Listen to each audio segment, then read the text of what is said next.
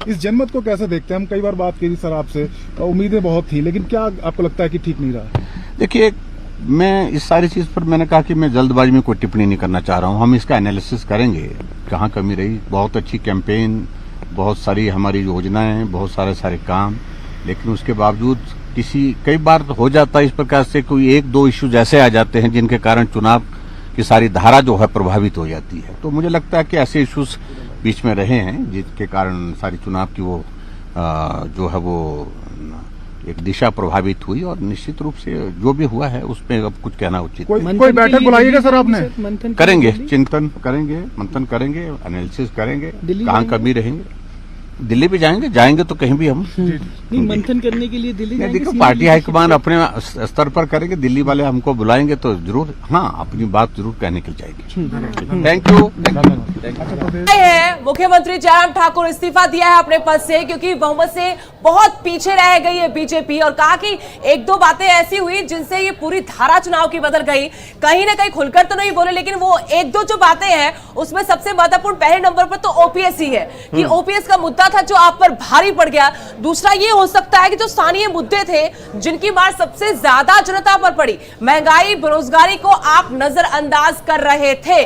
आम जनता बहुत मायने रखता है उनके लिए कि क्या चीज महंगी हो रही है और क्या चीज सस्ती हो रही है। आप उसको दरकिनार नहीं कर सकते, वरना सत्ता से बाहर का रास्ता दिखाना उनको 5 साल बाद। बिल्कुल, ये उनके जवाब में ही एक सवाल छुपा है जो उन्होंने कहा है कि कभी कभी एक न एक ऐसे मुद्दे होते हैं, कोई ना कोई एक ऐसा एक कोई इशू होता है जो पूरे नतीजों को बदल देता है। तो उनका जो सवाल है या उनका जो जवाब है उसमें एक सवाल है कि आखिर जयराम ठाकुर क्या कहना चाहते हैं। कौन सा ऐसा इशू है जिसने मुद्दे को बदल दिया? कौन सा ऐसा इशू जिसने बिल्कुल हवा को बदल दिया? कौन सा ऐसा मुद्दा है जिसने जो अवाम है, वहां की जो जनता है हिमाचल को, उसने ये मैंडेट दिलाया है?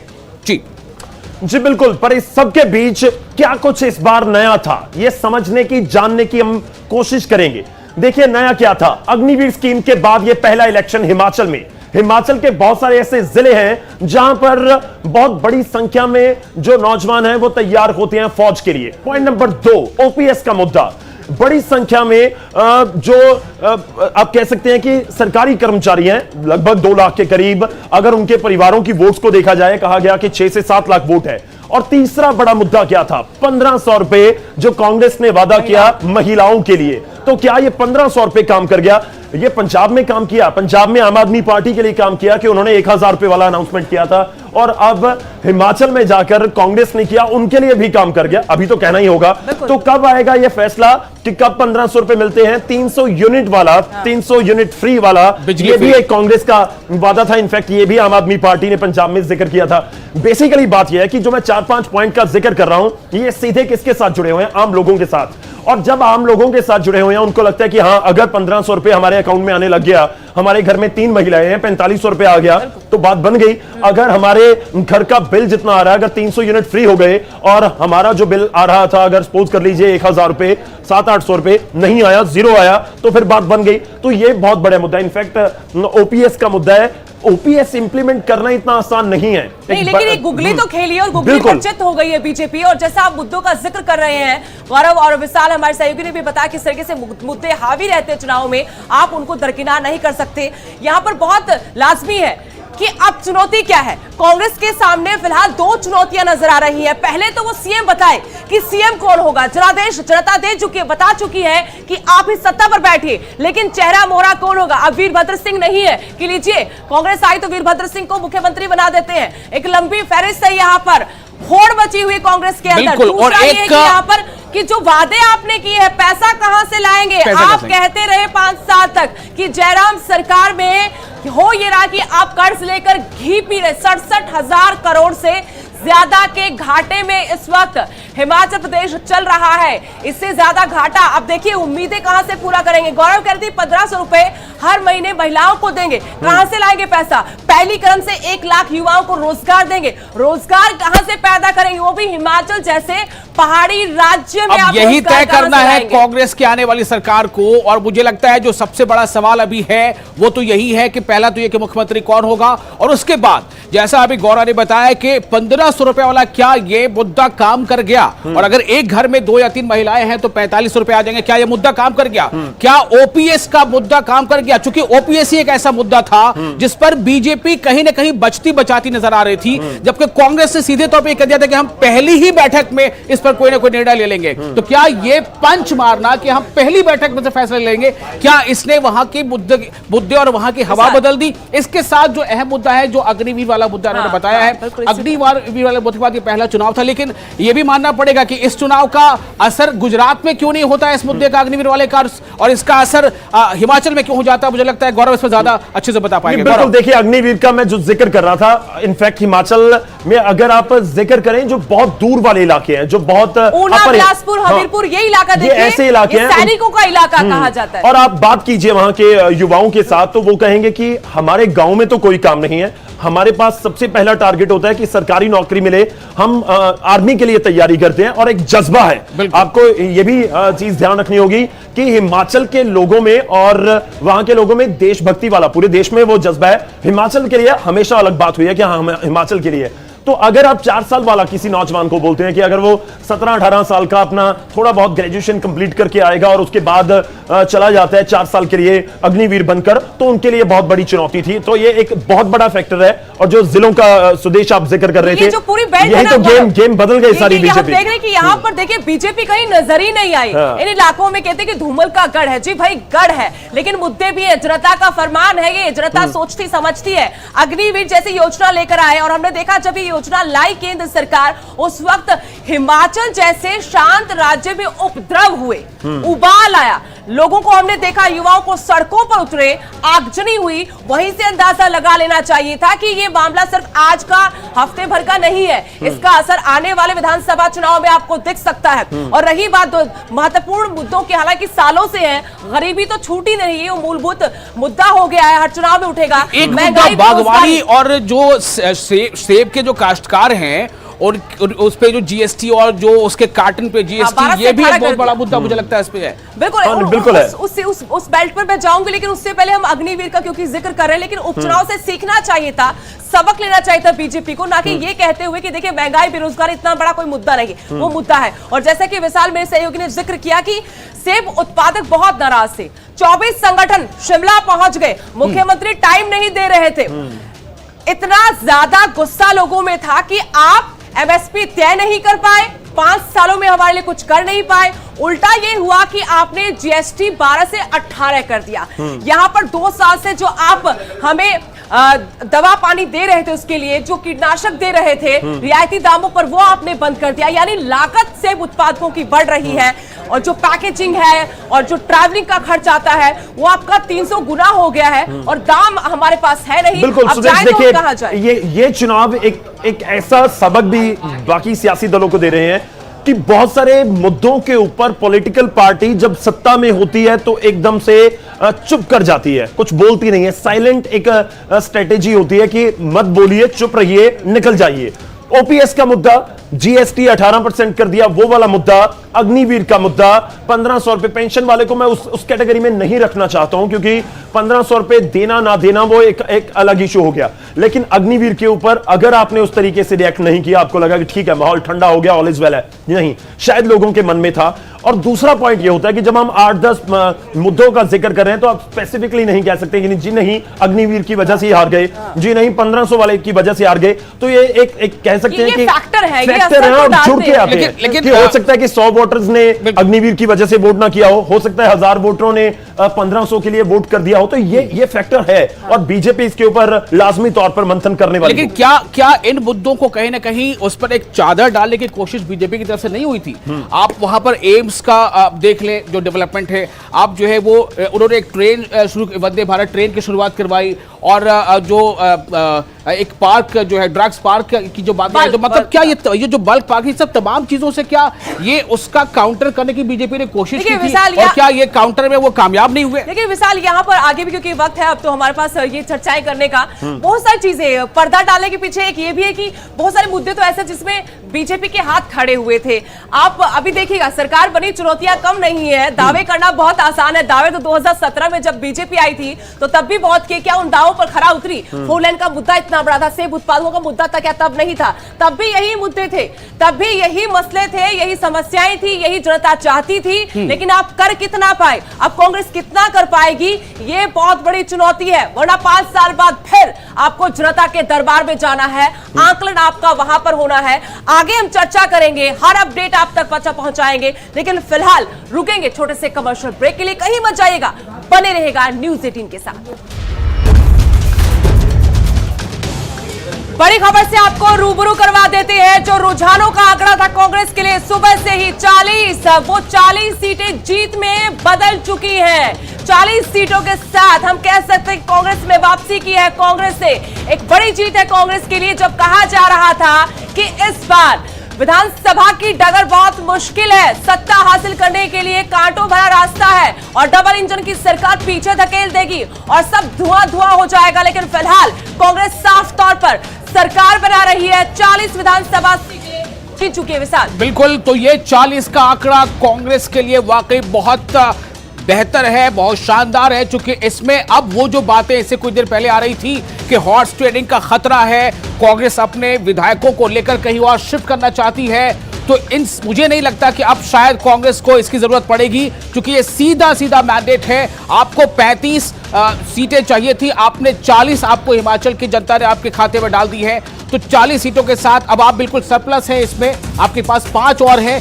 सबसे अहम बात यही है कि जो हिमाचल की जनता है उसने एक बहुत ही, हम कह सकते हैं कि बहुत ही इंटेलेक्चुअल तौर पर उसने जो अपना मैंडेट दिया है, यानी कि सत्ता उसने बदल दी है, सत्ता बदले जाने का रिवाज जो है वो बरकरार रखा है, लेकिन साथ ही साथ ऑपोजिशन को भी इतनी ताकत जरूर दी है कि अगर सत्ताधारी दल दिशाहीन होती है तो ऑपोजिशन उस पर एक नकेल कस सके। सुदेश, विशाल, ये बड़ी खबर दर्शकों को बता रहे कि बीजेपी खाते में 24 सीटें, 1 सीट पर बीजेपी आ गई, लेकिन 40 सीटों पर पूरी तरह से जीत हासिल कर चुकी, कब्जा हो चुका है कांग्रेस का, लॉक कर दिया गया वहां से परिणाम।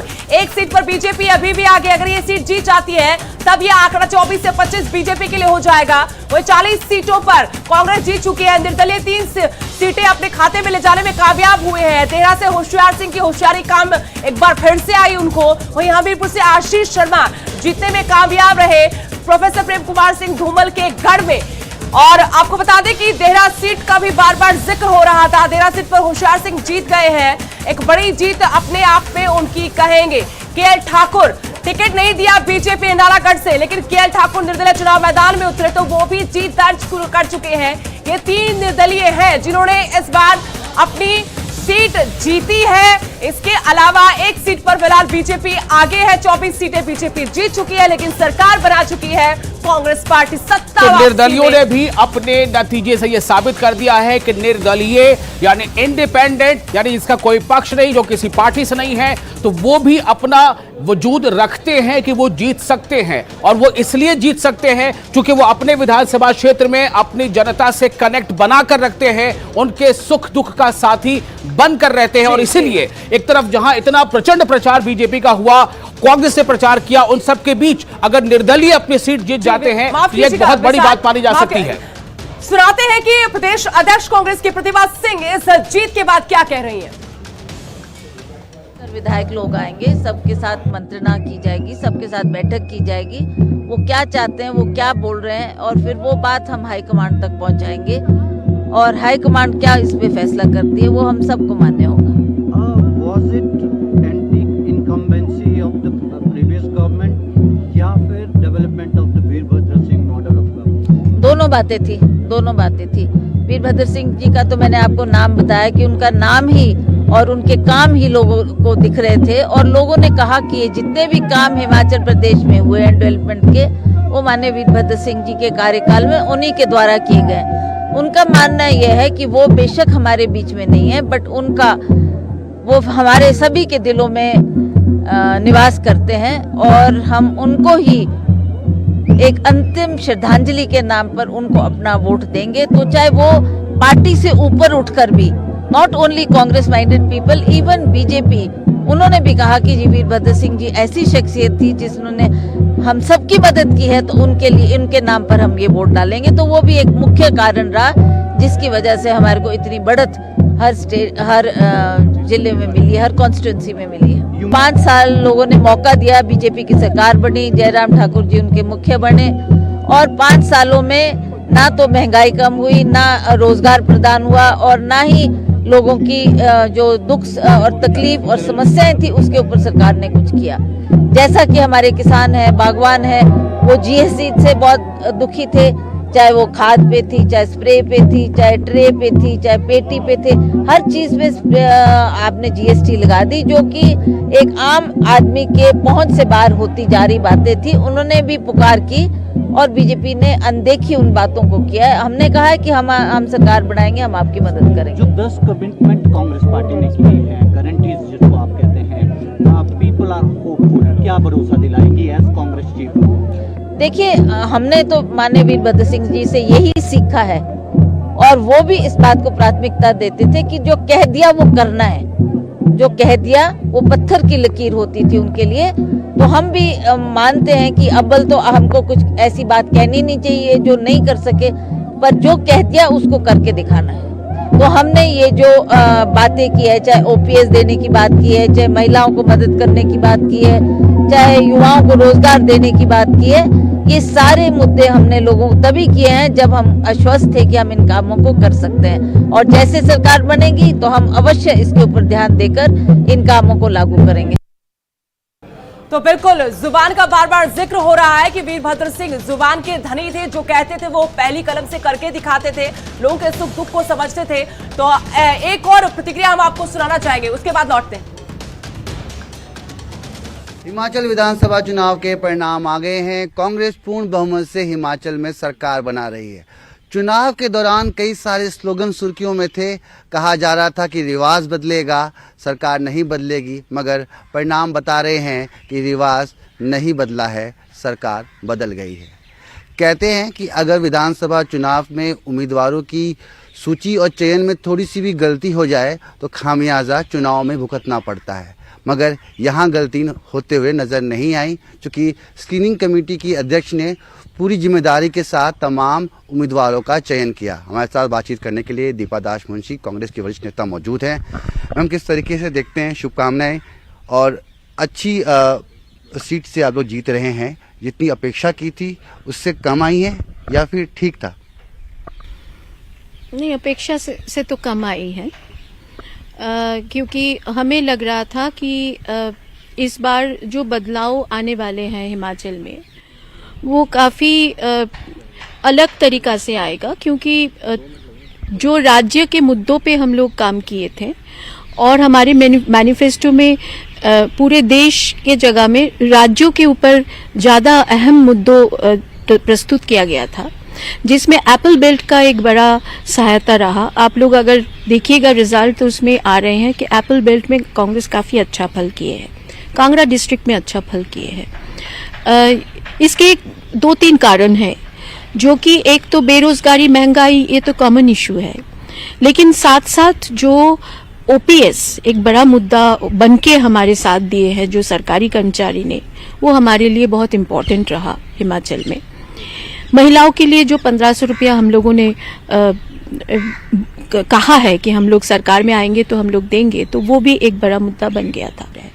और इसमें मैं ये भी कहूंगी कि प्रियंका जी जिस ढंग से सारे मुद्दों को पब्लिक तक पहुंचा दी, वो एक तरफ, और दूसरी तरफ राहुल गांधी का जो भारत जोड़ो यात्रा, उसका भी एक कहीं ना कहीं लोगों के मन में एक जोड़ने का जो मानसिकता है वो और भी प्रकट हुआ है। जैसे मैंने कहा कि ये उम्मीदवारों का चयन जिसमें आपने मुख्य भूमिका निभाई है, तमाम लोग बैठे थे और एक एक नाम पर बिंदुवार तरीके से चर्चा हुई कि किसको टिकट देनी है, किसको नहीं देनी है।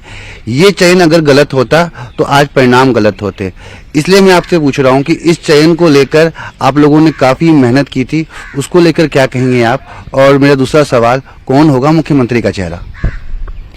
देखिए, हम जब शुरुआत की थी हम लोगों ने, तो क्योंकि मैं पहले पीआरओ रहा ना हिमाचल में जो ऑर्गेनाइजेशनल चुनाव का, तो तभी मैंने देखा कि वहाँ पे लीडरशिप में थोड़ा सा आपस में मनमानी है। लेकिन चुनाव के समय जब बाई इलेक्शन हुआ था तो उस समय सारे इकट्ठे हो गए थे, तो मुझे ये लगा कि चुनाव के समय फिर से वो यूनाइटेड फेस ही आ जाएगा, तो वही हुआ है।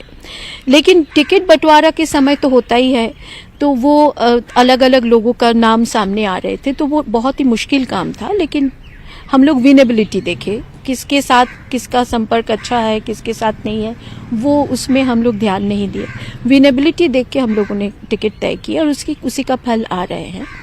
और साथ साथ मुख्यमंत्री का चेहरा हम लोग चुनाव से पहले नहीं रखा था, और अभी भी ये प्रश्न अगर आप मेरे को पूछिएगा तो मैं नहीं जवाब दे पाऊंगी, क्योंकि हमारी पार्टी में ये रिवाज है, वो रीत रिवाज की बात फिर से आ गई, क्योंकि ये है कि हाईकमान जो फाइनल करते हैं और जो एमएलएस जीत के आते हैं वो लोग तय करते हैं, तभी जाके जो नाम उभर के आते हैं। तो मेरे ख्याल से इस बार भी वही होने वाला है। तो चुनौतियां बहुत हैं और उन चुनौतियों को पूरा करना है।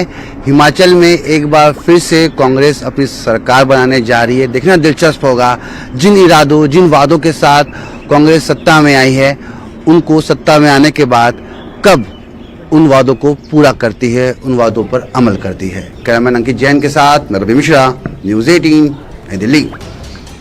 तो बिल्कुल कांग्रेस नेता दीपा दास ने साफ साफ कहा कि ये मुद्दे थे, महंगाई, बेरोजगारी, ये तो कॉमन इश्यूज थे ही, लेकिन इसके साथ ओपीएस और सेब उत्पादकों की जो नाराजगी थी उसको दरकिनार करना बीजेपी के लिए मुश्किल आज हालात ले आया है। तो कांग्रेस के पक्ष में वो सभी लोग गए। प्रतिभा सिंह को भी इससे पहले सुना, कहा कि जो ज्यादातर इलाका आता है विधानसभा सीटें आती शिमला की, जहां पर एप्पल प्रोडक्शन होता है, बागवान है सेब के, तो उनकी नाराजगी को अनदेखा किया गया। सेब बागवानों ने कहा कि देखिए इस बार हम आपको सत्ता में वापसी करवाएंगे, और हो भी कुछ वैसा ही गया। जहां जहां पर ये बड़े मुद्दे थे वहां पर बीजेपी ने कमल को बिल्कुल नहीं खिलने दिया। वहां पर कांग्रेस ने अपनी शानदार जीत हासिल की है। फिलहाल रुकेंगे छोटे से ब्रेक के लिए, कहीं मत जाएगा। एक छोटी सी बात यहाँ पे बताना चाहता हूँ, बहुत जरूरी है। ब्रेक से पहले एक राहुल गांधी का ट्वीट आया है हिमाचल के नतीजे पर, और राहुल गांधी ने लिखा है कि हिमाचल प्रदेश की जनता को इस निर्णायक जीत के लिए दिल से धन्यवाद। सभी कांग्रेस कार्यकर्ताओं और नेताओं को हार्दिक बधाई। आपका परिश्रम और समर्पण इस विजय की शुभकामनाओं का असली हकदार है। फिर से आश्वस्त करता हूं, जनता को किया हर वादा जल्द से जल्द निभाएंगे। ये राहुल का ट्वीट है हिमाचल के इस मैंडेट पर। जी, तो फिलहाल रुकेंगे छोटे से ब्रेक के लिए।